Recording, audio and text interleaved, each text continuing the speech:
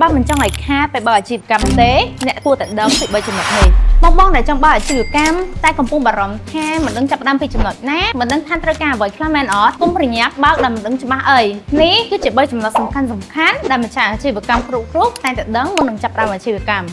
ទី1ត្រូវដឹងឲ្យច្បាស់ថាយើងចង់លក់អីលក់ឲ្យអ្នកណាកុំតំប្រថុយបើមិនដូច្នេះទេអ្នកនឹងអាចខាតទាំងពេលវេលានិងដើមទុនទី2ត្រូវមានប្រាក់បម្រុងចំណាយសម្រាប់ប្រចាំខែថ្លៃជួលទីកន្លែងប្រាក់ខែបុគ្គលិកថ្លៃទិញទំនិញចូលសម្រាប់ហាងត្រូវមានប្រាក់បម្រុងយ៉ាងតិចណាស់3ខែទី3កំណត់តួនាទីបុគ្គលិកឲ្យច្បាស់លាស់តើអ្នកណាត្រូវធ្វើតួនាទីអ្វីខ្លះក្នុងផ្នែកនីមួយៗត្រូវការបុគ្គលិកប្រមាណអ្នកតើត្រូវគ្រប់គ្រងស្តុកបែបណា